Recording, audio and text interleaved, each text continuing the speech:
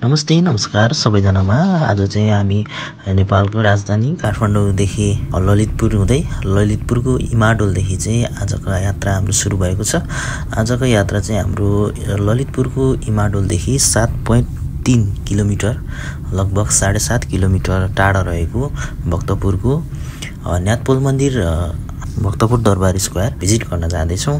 मेरो चाहिँ कस्तो बानी छ भन्दाखेरि कतै डुल्न जाँदा मोबाइल तेर्साएर भिडियो अथवा फोटो खिच्नै पर्ने बानी रहेको कारणले आज पनि म यहाँहरू समक्ष सानो ब्लग बनाउने कोसिस गर्नेछु। र यो सानो ब्लगमा तपाईँहरूलाई भक्तपुर दरबार स्क्वायर र न्यातपोल मन्दिरको बारेमा पनि थोरै आफूले जाने जति इन्फर्मेसन जानकारी दिनेछु भन्दै आजको भिडियो सुरु गरौँ है त। मैले भर्खरै तपाईहरुलाई स्क्रिनमा घुम्ने क्रममा खिचेको फोटो देखाएँ। यो चाहिँ न्यातपोल मन्दिर रहेको छ। यसलाई चाहिँ 5 तले मन्दिर पनि भनिदो रहेछ। यहाँ चाहिँ विदेशी तथा आन्तरिक पर्यटकहरू धेरै मात्रामा आउने र 2072 को भूकम्पले पनि यसलाई चाहिँ केही क्षति पुर्याएको रहेछ। यो चाहिँ नेपालको सबैभन्दा अग्लो मन्दिर न्यातपोल मन्दिर भनेर चिनिन्छ। मन्दिर चाहिँ मल्ल राजा भूपतिन्द्र मल्लले सन् 1702 र 1703 को बीचमा चाहिँ बनाउनु भएको थियो। विगत केही वर्ष अगाडि चाहिँ बलिउडका सुपरस्टार अक्षय कुमारको बेबी भन्ने चलचित्र पनि छायाङ्कन भएको थियो। युट्युबमा गएर सर्च गरेर पनि हेर्न सक्नुहुनेछ। यो फिल्म एकदम राम्रो छ। यो फिल्ममा चाहिँ कस्तो सिन देखाइएको छ भने नेपाल छिरेको कुनै भारतीय अपराधीलाई चाहिँ समातेर भारत नै लगिएको सिन देखाइएको छ। र हामी यहाँ एकछिन बस्यौँ र सबैतिरको वरिपरिको दृश्यहरू अवलोकन गर्यौँ। जुन पुरातात्विक र ऐतिहासिक कलाहरू यहाँ देख्न सक्छौँ र जुन पुरानो पुस्ताको मल्लकालमा बनेको यो संरचनाहरू साँच्चै नै एकदम राम्रो ऐतिहासिक रहेको छ। तपाईहरु पनि एकपटक घुम्न आउनुहोला। र यस मन्दिरबाट 140 मिटर पश्चिममा रहेको भक्तपुर दरबार स्क्वायरमा पनि हामी जाँदैछौँ।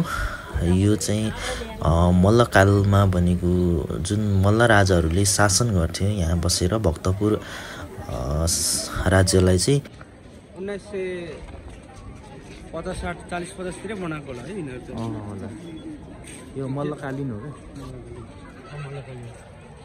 हामीले चाहिँ यो भिडियो बनाउँदै 1900 शताब्दीको होला जस्तो लागेको थियो। तर पछि आएर रिसर्च गर्दाखेरि चाहिँ यो चाहिँ 14औं र 15औं शताब्दीमा बनाइएको निकै पुरानो दरबार रहेको रहेछ। र यो दरबार क्षेत्रलाई चाहिँ विश्व सम्पदा सूची वर्ल्ड साइट हेरिटेजमा पनि सूचीकृत गरिएको छ। एकदमै महत्त्वपूर्ण ठाउँ रहेको छ। तपाईहरु घुम्न आउनु भएको छैन भने आउन सक्नुहुनेछ। एकदम राम्रो ठाउँ रहेको छ। उ चाहिँ मेरो बच्चैदेखिको साथी, एउटै क्लास र एउटै बेन्चमा पढेर आएको साथी हो। उ चाहिँ यो काठमाडौँ उपत्यका आएको चाहिँ 2-3 दिन भयो। हामी काठमाडौँ बस्यौँ नयाँ वर्षको अघिल्लो दिन र नयाँ वर्षमा ललितपुर बस्यौँ र ललितपुरदेखि आज चाहिँ भक्तपुर आएर यहाँ भक्तपुरमा बस्ने एकजना भाइको सहारामा चाहिँ हामी यो दरबार स्क्वायर र न्यातपोल मन्दिर घुम्दैछौँ।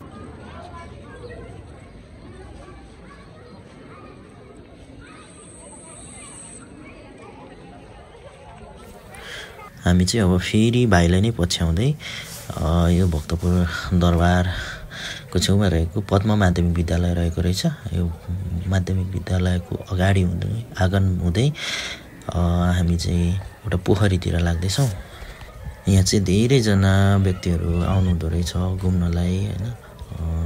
देश तथा विदेशबाट विदेशी पर्यटकहरू भयो, स्वदेशी पर्यटकहरू सबैजना आउनुहुँदो रहेछ। एकदम राम्रो यहाँ फोटो सेसनहरू गर्दै हुनुहुन्छ। यहाँ बाहिरी पर्यटकहरू पनि हुनुहुन्छ। उता साइडमा मन्दिर छ, यतापट्टि स्कुल रहेको छ, सङ्ग्रहालय रहेको छ।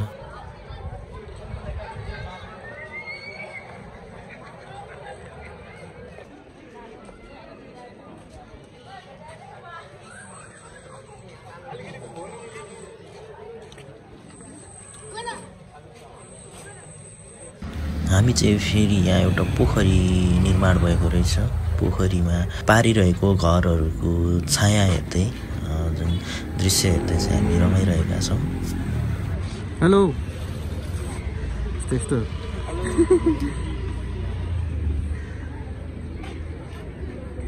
अनि आज कस्तो लाग्यो त भक्तपुर दरबार स्क्वायर न्यातपोल मन्दिर?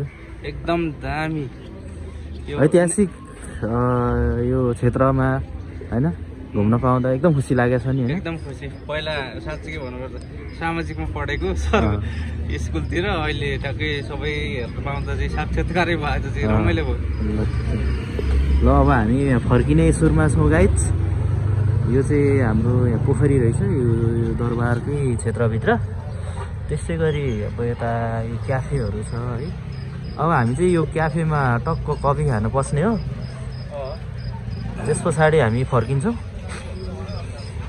र यति घुमिसकेपछि हामी फर्किन आँटेको छौँ यहाँ केही खाजाहरू खाएर फर्किँदैछौँ र अन्तिमसम्म यो भिडियोलाई हेरेर साथ दिनुभएकोमा तपाईँलाई धेरै धेरै धन्यवाद र आगामी भिडियो पनि छिट्टै लिएर आउनेछु भन्दै आजलाई बाई बाई।